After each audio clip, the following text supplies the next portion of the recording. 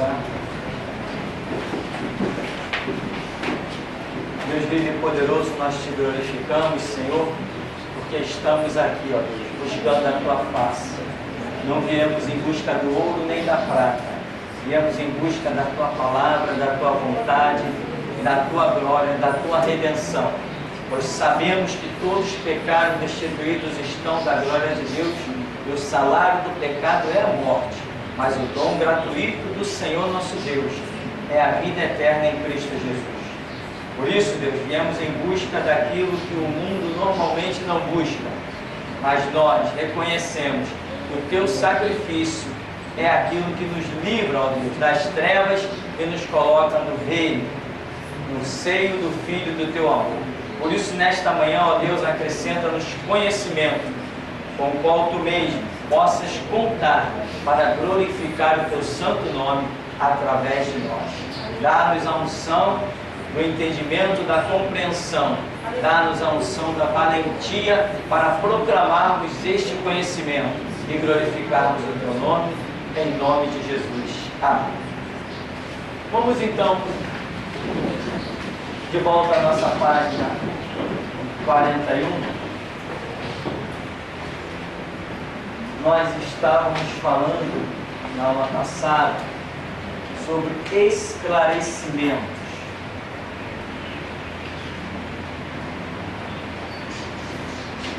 Por que esses tópicos estão aí? Eles estão aí justamente para isso. Esclarecer. Porque a cegueira da igreja chegou a um ponto que, sem conhecimento, o povo perece. Muita gente não tem ideia o quanto perece um povo sem conhecimento. Muita gente não tem ideia. Ontem eu recebi 3 e-mails da mesma pessoa. O primeiro dizia assim: é que os e-mails, quando chegam, eles chegam fora de ordem. O último fica no lugar do primeiro, né?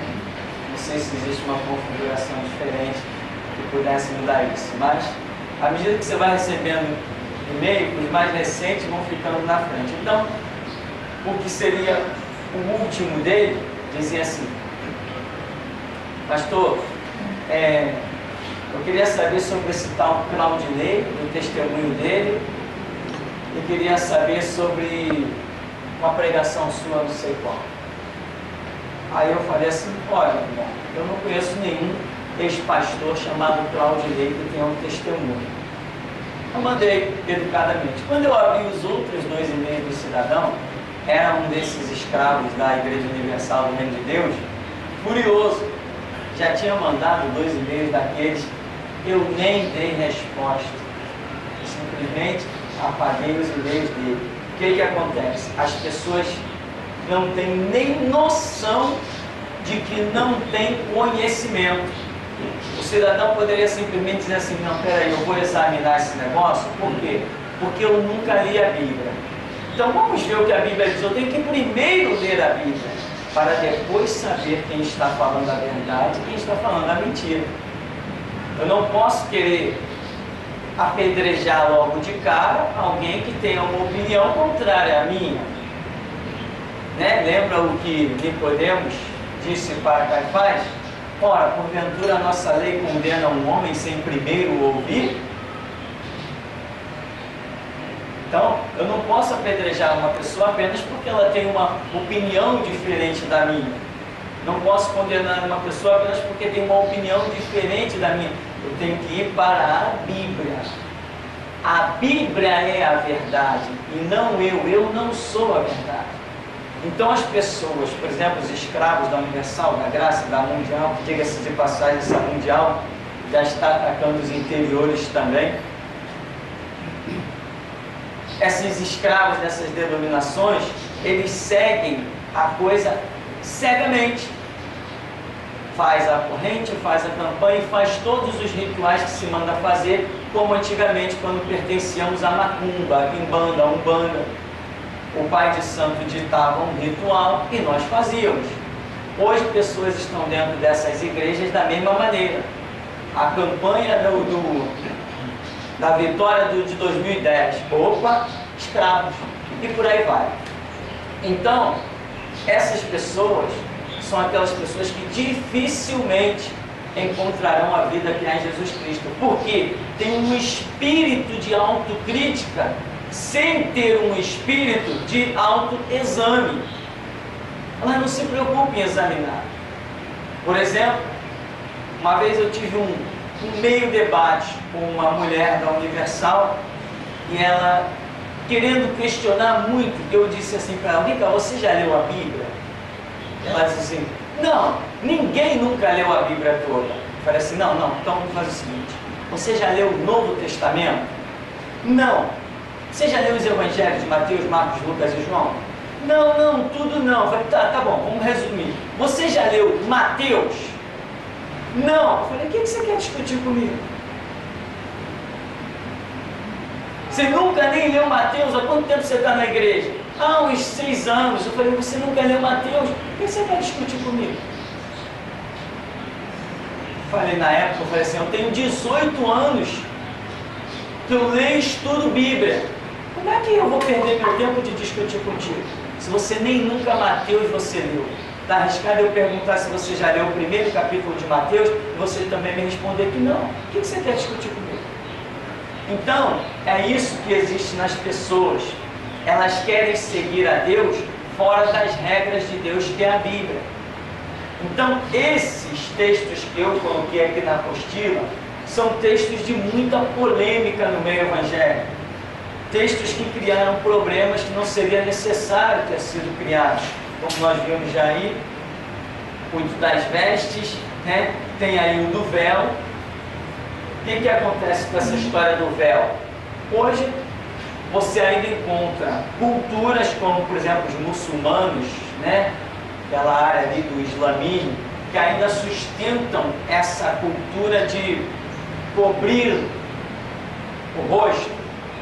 Hoje, isso tem, para eles, um caráter religioso.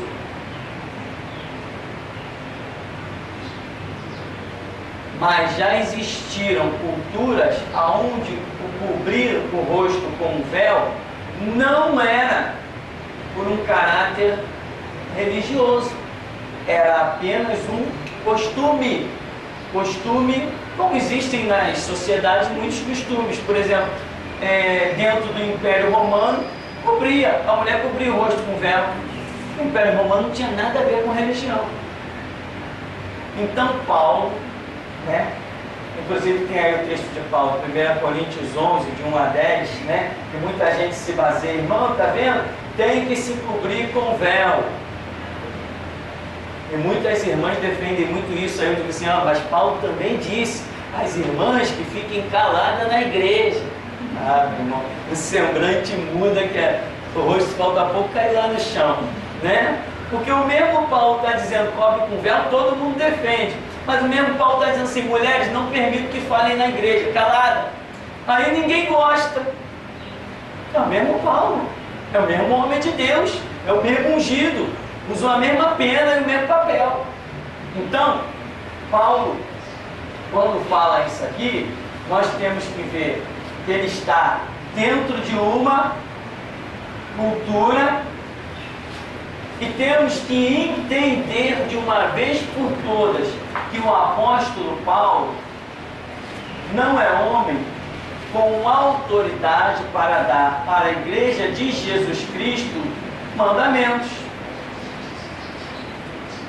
A falta desse entendimento assassinou a vida espiritual de muita gente, simplesmente por não compreender que o apóstolo Paulo não era um homem, como nenhum homem na face da terra nunca foi, com autoridade de dar mandamento para a igreja de Cristo.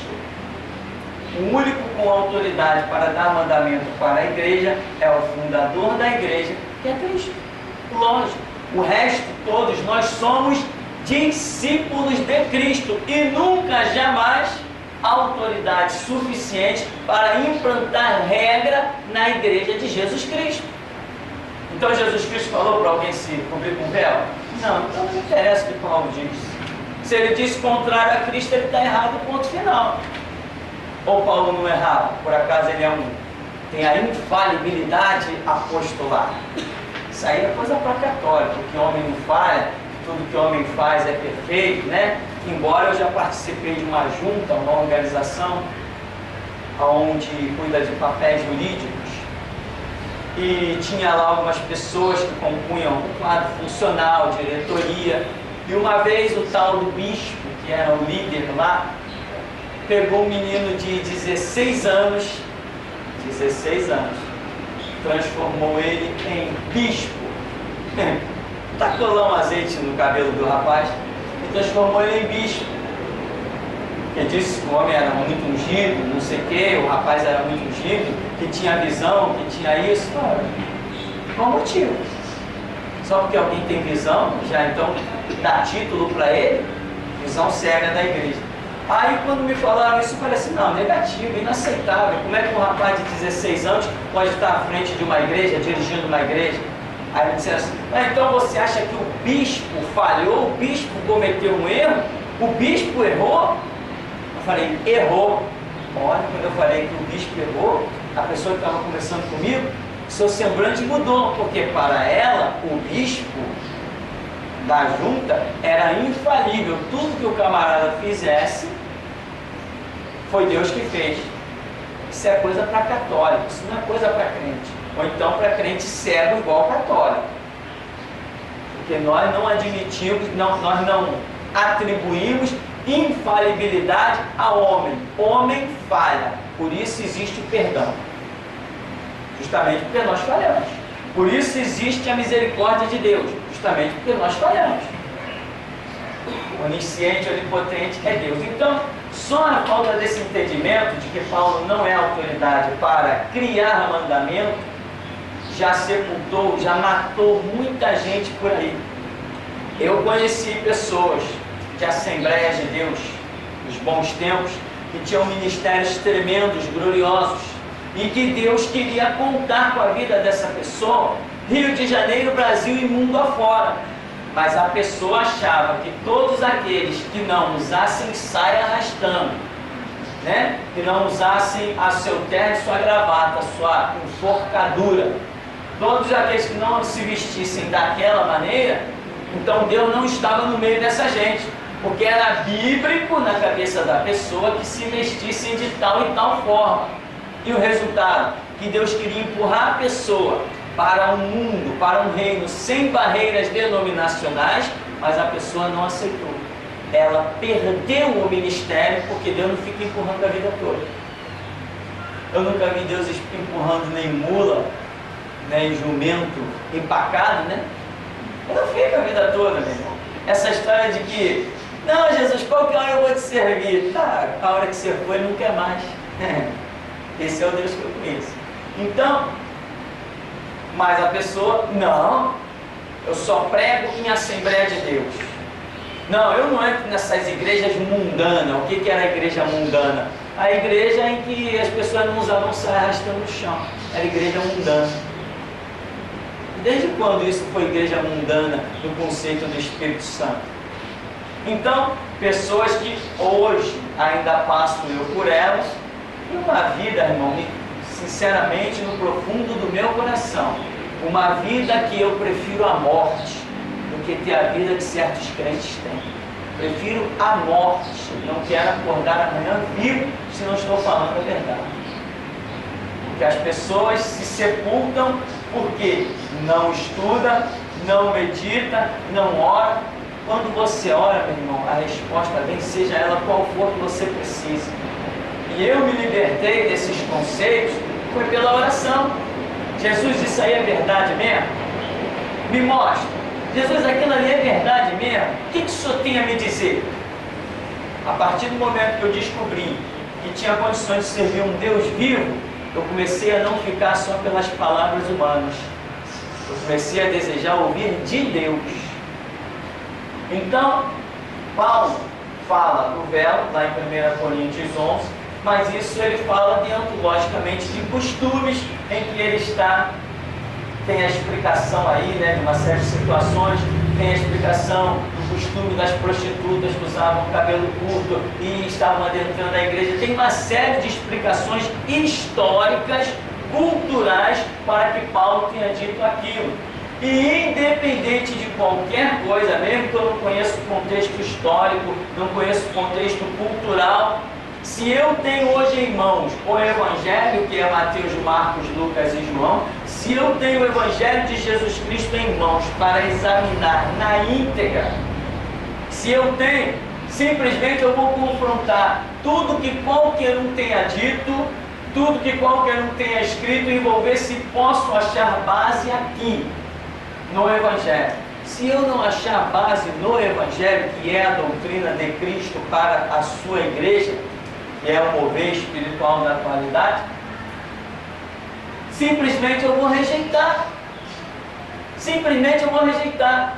O que muita gente não entendia. Uma vez eu fui cair na besteira de em plena igreja batista falar uma coisa dessa natureza. Não sei qual era o assunto lá, o debate, e alguém dizia que eu falei assim, não, mas eu creio assim, assim, assim.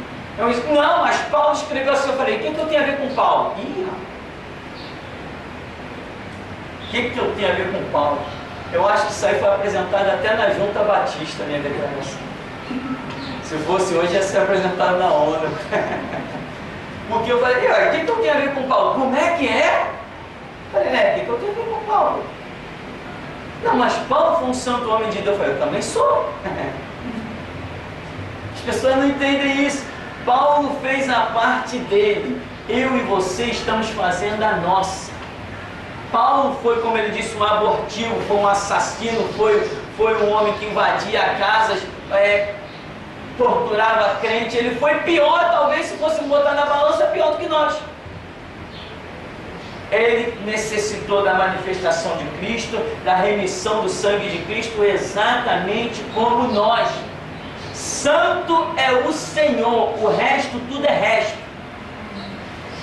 A falta dessa simples visão, desse entendimento, veio destruindo vidas. Homens de Deus que eu conheci nos bons tempos de Assembleia de Deus, homens de Deus com visões, revelações, profecias, autoridade, mas não conseguiam entender que Paulo era Paulo e Cristo é Cristo. Então, hoje, na verdade, você vê que as igrejas seguem muito mais Pedro, Paulo, Tiago e João do que Jesus Cristo. Hoje você acha o Evangelho segundo Paulo. E o Evangelho de Cristo, já foi. Tem inclusive uma igreja, as igrejas da predestinação, se baseiam exclusivamente em Paulo, dizendo até que Mateus, Marcos e Lucas e João são apenas livros, como é que dizem? Livros históricos para os judeus. Dizem apenas isso, quer dizer, um absurdo. Essa gente não herdará o reino de Deus. Estão simplesmente desprezando a palavra que traz a revelação da remissão no sangue do unigênito de Deus. Não herdarão o reino de Deus. Quem despreza o Evangelho, que é Mateus, Marcos, Lucas e João, vai para o inferno. Jesus falou, se alguém não quer as minhas palavras, eu não julgo, mas as minhas palavras o julgarão no dia do juízo. Então hoje as pessoas não sabem fazer a distinção. Eu digo assim, onde está o Evangelho? O Evangelho é de Mateus até Apocalipse. Mas não é mesmo. Claro que não é. Então, esse entendimento, esse esclarecimento é importante para que muitas pessoas consigam ir adiante. Então, a questão do véu trata-se de, hoje, ver-se como movimentos religiosos, mas já houve tempo que isso apenas era cultural. Hoje existe uma igreja, uma igreja chamada Igreja da Restauração. Que nome bonito para uma abominação. Igreja da Restauração. E parece, os adventistas estão usando véuzinho também? Eu acho que alguns segmentos sim. Tem alguns movimentos pentecostais que ainda usam véu. Qual é o nome daquela igreja que nós fomos? Sinais e Prodígios. Igreja evangélica, Sinais e Prodígios. Ainda tem sinais e prodígios usando véuzinho em pleno século XXI. Por totalmente fora da realidade. Então, usam véu por quê? Porque Paulo disse, Paulo também disse, mulheres fiquem caladas. Aí você vai lá e tem um monte de mulher na frente da igreja falando. Agora, Paulo diz mulheres caladas na igreja. Mas Jesus, quando ressuscitou, se manifestou a Maria Madalena e disse, vai lá e fala aos meus irmãos, está me encontrando onde eu falei com eles. Então nós vemos um confronto aí. Quando há um confronto entre o que Paulo diz e entre o que Cristo diz, eu já sei com quem eu devo ficar, né? Então, compreender isso aqui é importantíssimo, né? Então, véu nada tem a ver conosco, nada tem a ver com a nossa cultura, nada tem a ver com nada do nosso sistema religioso.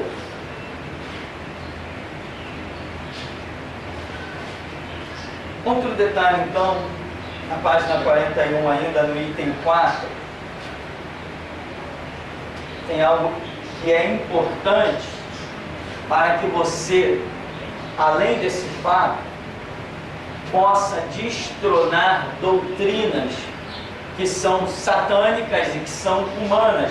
Por exemplo, diz que Jesus, o Filho gerado. Tem várias passagens bíblicas aí muito específicas, mas a tão mundialmente conhecida, João 3,16, que diz que Deus amou o mundo de tal maneira que deu o seu Filho. Quem é que disse isso? O próprio Senhor Jesus disse isso, que Deus amou o mundo e deu o seu Filho. E ele deixa muito claro que esse Filho é Ele. Porque ele diz assim, quando eu for levantado da terra, muitos atrairei a mim.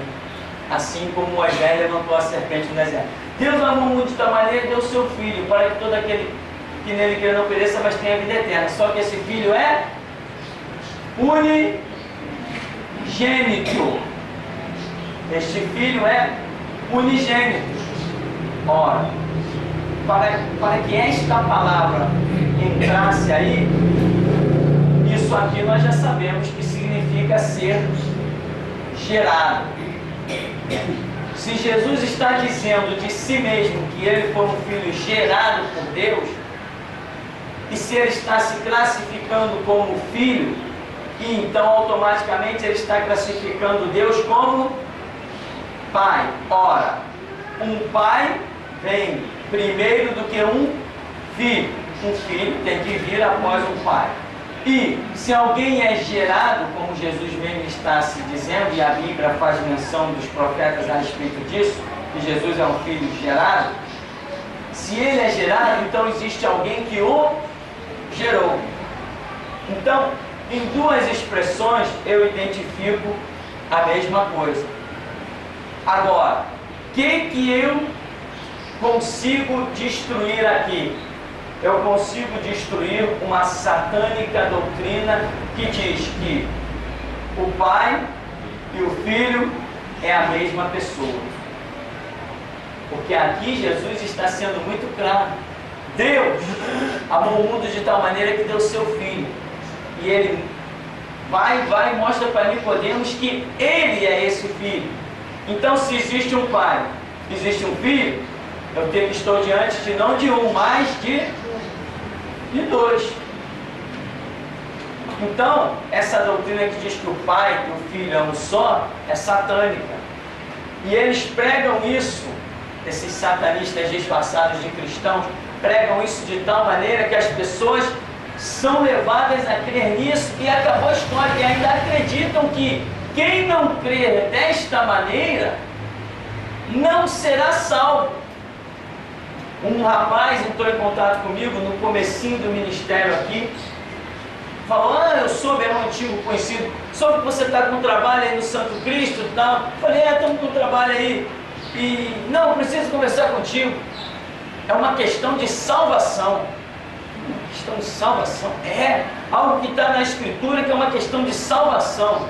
Eu falei, poxa, depois de 13 anos caminhando, alguém vem me apresentar uma coisa com a questão de salvação? Eu falei, tá bom, passa aí. Aí lá vem o cara. Não, porque o Pai e o Filho é uma pessoa só. Se não crê nisso, não tem salvação. Opa, peraí. Jesus Cristo disse que a salvação estava condicionada em crer que Ele, o Pai, por acaso fosse um. É isso que a Bíblia nos apresenta como fonte de salvação? Não é isso.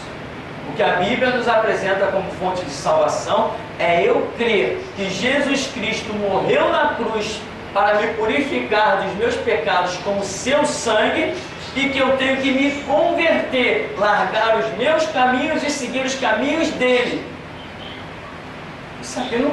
E nessa ideologia de Cristo, ele não enfatiza que quem não cresce que ele e o Pai fosse um, que não herdaria a salvação. Então, olha a que ponto um abismo chama outro abismo. A ponto da pessoa dizer, quem não crê que o Pai e o Filho são apenas um, não tem salvação.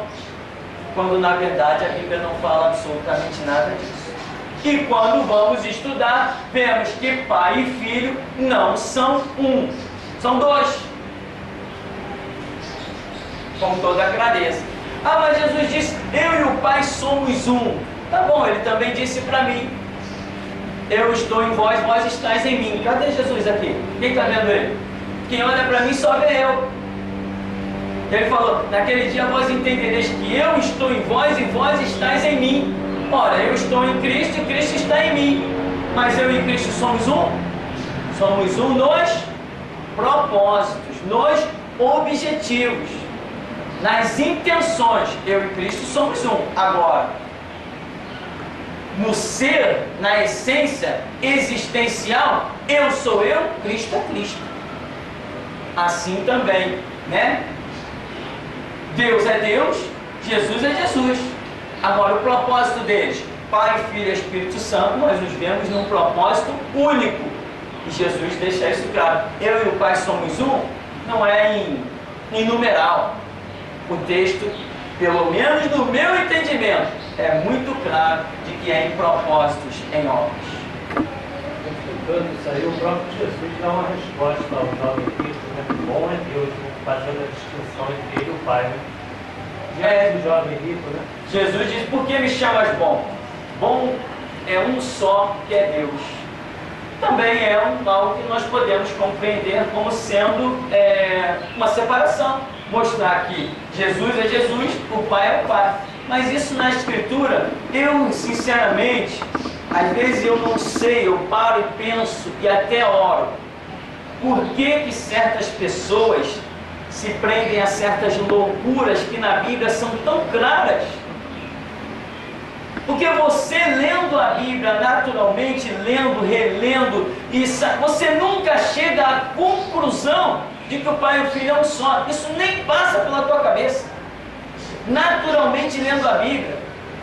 Depois de anos e anos que eu li a Bíblia, quando eu ouvi falar nessa doutrina que começou lá nos Estados Unidos, quer dizer, reavivou-se nos Estados Unidos, mas já era coisa antiga. Quando eu ouvi falar nisso, eu fiquei assustado. Eu falei, mas como? Eu já li o Evangelho tantas vezes, eu nunca cheguei a essa conclusão. Quais são os textos que essas pessoas se baseiam? Quando eu fui examinar os textos que as pessoas se baseiam, eu falei assim, não consigo ver como eles. Não sei que intenção eles têm, que objetivos. Bom, então, aqui diz, em João 3,16 vemos o aparecimento da palavra Filho e unigênito. Se há filho, então há um pai. Se é unigênito, significa ter o mesmo código genético, ser descendente. Portanto, Jesus não foi criado, mas gerado. A prova disto é que Jesus possui também os atributos que são exclusivos da divindade, ou seja, onisciência, onipotente, onipresença, enfim, e os outros atributos, transcendental, santo, etc. O que vemos então? Que Jesus, sendo gerado, ele traz as características do Pai. Por ser gerado, ele traz as mesmas características do Pai. Os anjos foram criados e o homem também foi formado, criado de uma forma diferente, nós chamamos formado, mas também criado. Então, os seres que foram criados pelo poder da palavra de Deus, não possuem os atributos de Deus, que são onisciência, onipotência, enfim, a divindade, aquele dom, aquele domínio, aquele poder que nós classificamos como sendo da divindade. Por exemplo, Lúcifer não possui os poderes divinos. Os arcanjos, Gabriel, tem mais nome de anjo aí? Miguel, não possuem, eles foram criados, porém Jesus foi gerado. Então, automaticamente, por Deus tê-lo gerado de si, Jesus traz o DNA espiritual de Deus. Então, ele é todo poderoso em si mesmo. Ele tem poder, porque ele foi gerado, ele não foi criado. Deus não disse assim: vou fazer aqui um ser que esse vai ser o meu filho. Se Deus tivesse feito isso, esse aqui é meu filho, eu criei esse como meu filho, é o primeiro de todos os anjos, ele não teria o poder que tem. Mas como Deus não o criou, Deus o gerou. Como? Eu não sei, acredito que nunca vou saber, mas que a Bíblia diz que ele foi gerado, foi gerado. Inclusive tem uma passagem aí que diz, a de 1 João, capítulo 5, verso 1, diz que todo aquele que ama o que dele é nascido, também ama o que dele é gerado.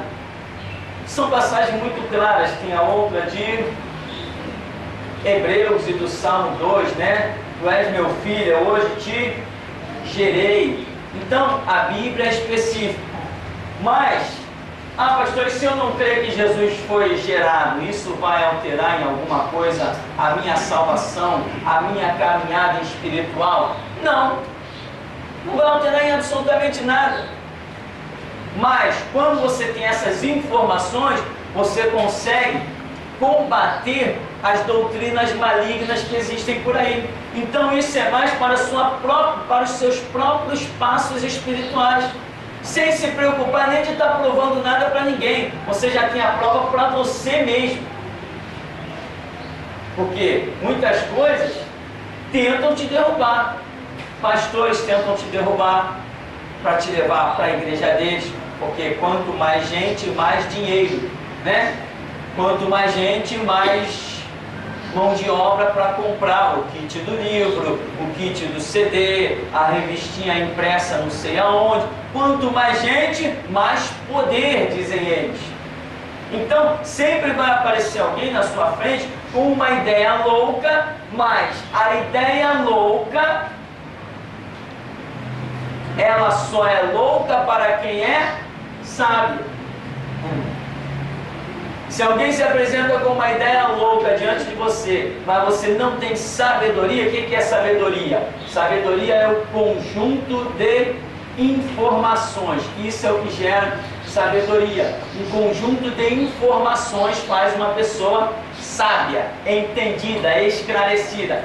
A ideia pode ser louca, mas se você não tem sabedoria, a ideia louca passa a ser para você a coisa mais maravilhosa do mundo. Porque todos nós andávamos como cegos. Naquilo que eu sou cego, o diabo tem aí uma oportunidade de tentar me seduzir. Mas naquilo que eu sou esclarecido, acabou para ele. Hoje não tem crente aí perdendo a fé porque diz que viu um objeto voador não identificado? Tem. Não, eu vi, existe vida do outro planeta, eu vi passar uma nave, não, eu vi a filmagem, eu vi isso, eu vi aquilo outro. Tá bom, eu já falei que eu posso ver até um disco voador do tamanho do Maracanã, descer em plena Praça 11 e os ET saindo. Ainda assim eu não creio. Porque é uma questão de ter já a informação precisa, que já se processou dentro de você. Mesmo que você veja, tu diz assim, eu estou vendo, mas não é real. Eu não posso nem explicar, mas que não é real, não é real. Isso é o que gera um conjunto de informações. Então, irmão, o que nós fazemos aqui, e não é feito em nenhum outro lugar, você nunca vai achar uma apostilinha dessa. É por isso que Deus está contando conosco, e essas apostilas já estão em tudo que é canto. Temos essa apostila, na África, em todos os estados brasileiros, parece que já tem dessa apostila rodando, e está disponibilizada na internet, muita gente está baixando ela gratuitamente. No Japão tem, nos Estados Unidos tem, sabe-se lá se alguém já até não traduziu ela para outros idiomas.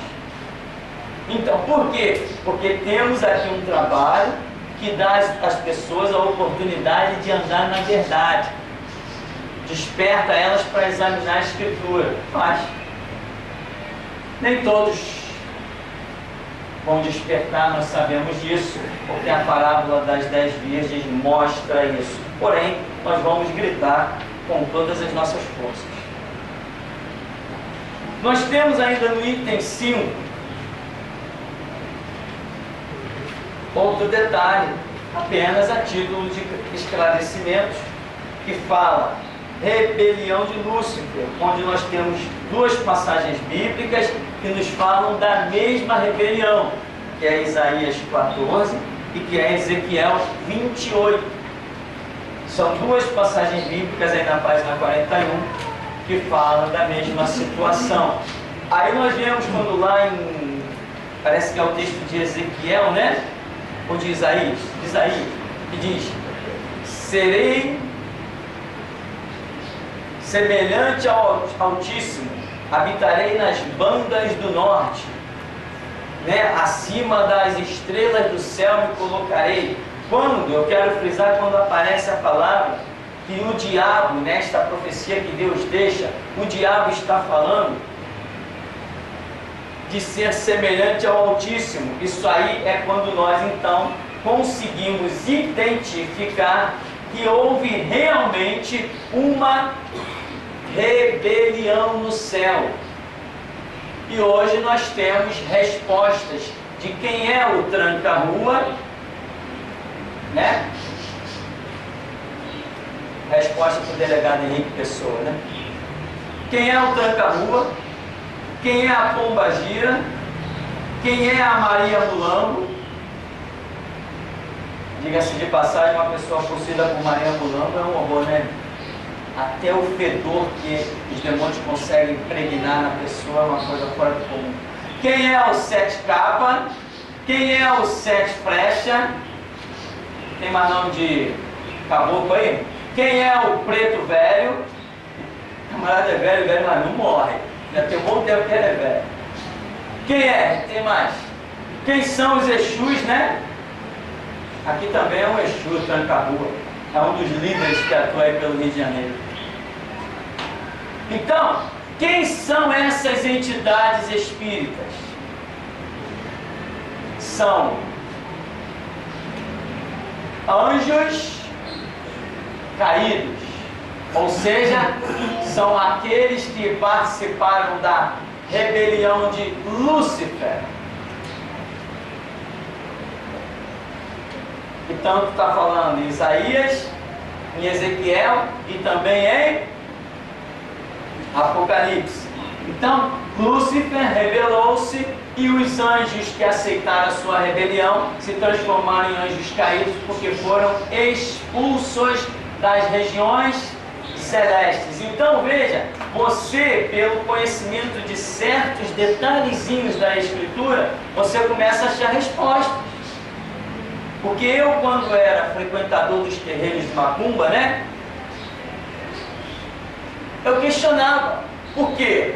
A minha mãe dizia que a minha bisavó se consultava com um Exu tranca-rua. A minha avó se consultava com o Exu tranca-rua. Minha mãe se consultava com o Exu tranca-rua. Eu estou ali diante do Exu tranca-rua. Eu falei, esse camarada vive muito. De geração em geração o camarada está aí. Como pode isso? Isso não muda? Então a mente começa a buscar respostas. Tem gente que não, tem gente que está nem aí, né? O cara vai passando de geração em geração, vai vivendo, e está nem aí. Então a mente, pelo menos a minha, começava a buscar respostas. Eu não aceitava. Eu olhava para uma árvore, aquela árvore ali vive 120, 150 anos. Um homem tão mais importante, com 60 anos está morrendo. Isso mexia muito com a minha cabeça. Então, eu dizia assim, poxa, como que esses espíritos, que hoje eu digo, né? Espíritos satânicos, servos do diabo, que habitam na Umbanda, Quimbanda, feitiçaria, bruxaria. Eu estou enfatizando isso, que isso vai para a internet de presente para a Comissão de Intolerância Religiosa. Vocês acham que tem que me prender? Tem disposição? Vem e me prende. Mas que diabo vai cantar de galo aqui? Não vai. Então, essas entidades todas, nós achamos a resposta.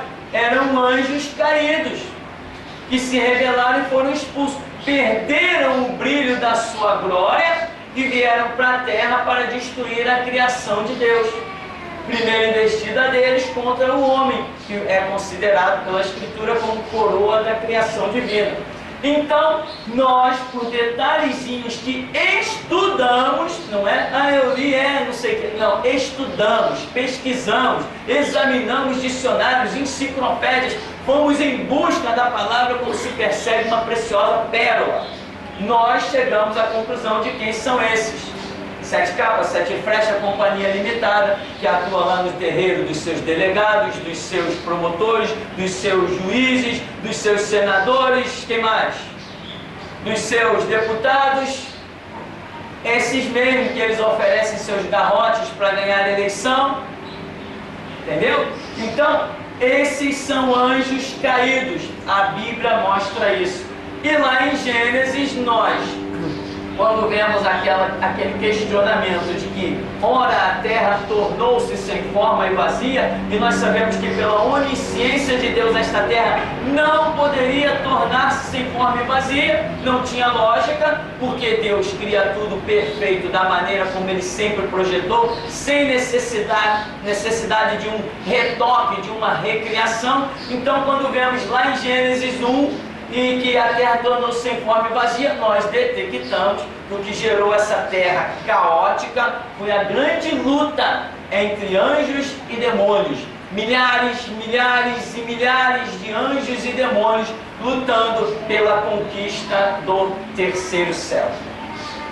Então, conhecer que Isaías, Ezequiel e Apocalipse falam dessa rebelião é importante para entender outras coisas que nos cercam e outros detalhes da Escritura também.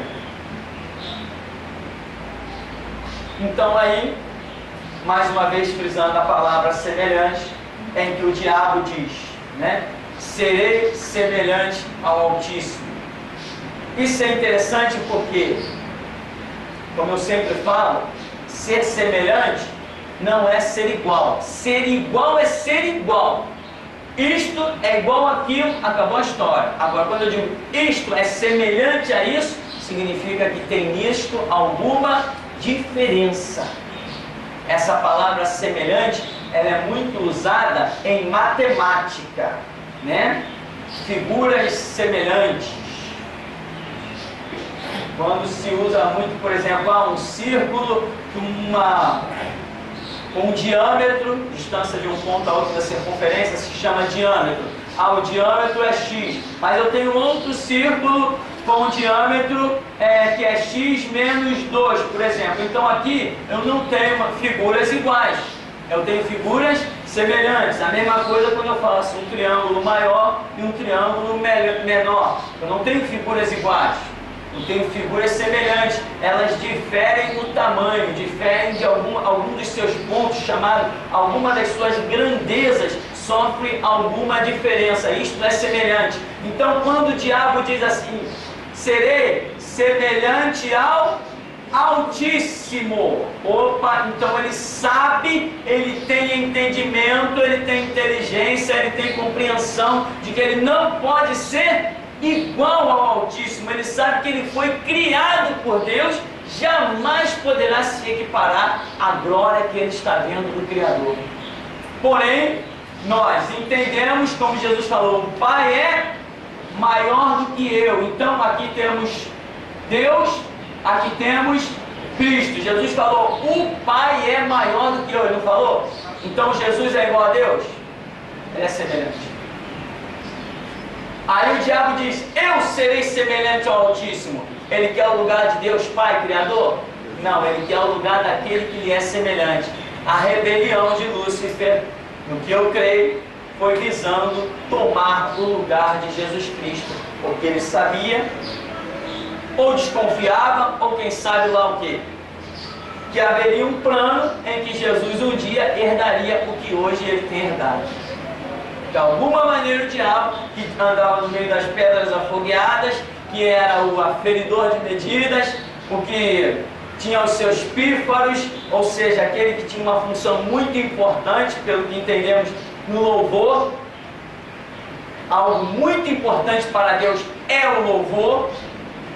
O diabo identificou de alguma maneira que havia um projeto glorioso para a vida do unigênito de Deus, que era Jesus Cristo.